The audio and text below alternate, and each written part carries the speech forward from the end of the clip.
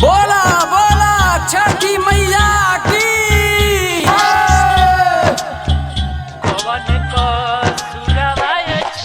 DJ Amit Tiwari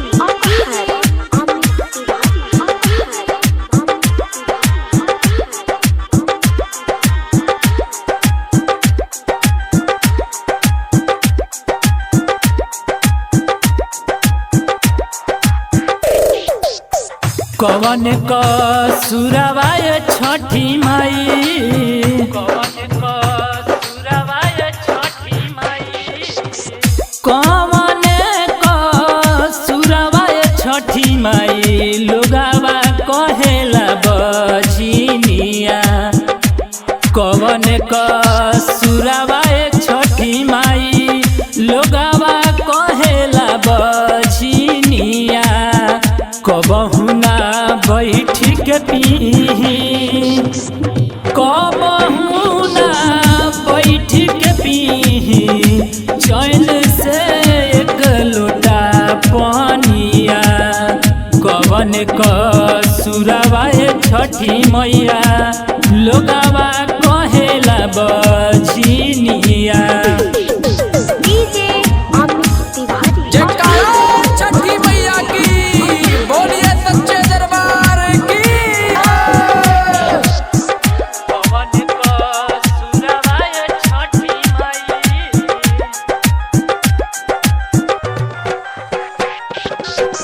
एगो ललन बिना सुना बयानावा, एही से मारे लोग ताना। ए छठी माई एही से मारे लोग ताना। एगो ललन बिना सुना बयानावा, एही से मारे लोग ताना। ए छठी माई एही से मारे लोग ताना। सुन ले तू हमारो बचनिया, सुन ले तू हमारो बचनिया, लोगावा कहेला बझिनिया। कवन क सुरवाय छठी माई, लोगावा कहेला बझिनिया। कवन क सुरवाय छठी माई, लोगावा कहेला बझिनिया। डीजे अमित तिवारी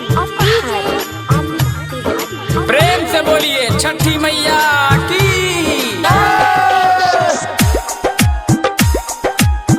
कवन क सुरवाय छठी माई, कहेला अरुण माई दुनु हाथ जोड़ के, फेर दे तू हम पे नजरिया। ए छठी माई फेर दे तू हम पे नजरिया। कहेले अर्जुन दीवाना, कहेले अर्जुन दीवाना, हमके बझिनिया। कवन करनवा ए छठी माई, लोगावा कहेला बझिनिया। कवन करनवा ए छठी माई, लोगावा कहेला बझिनिया।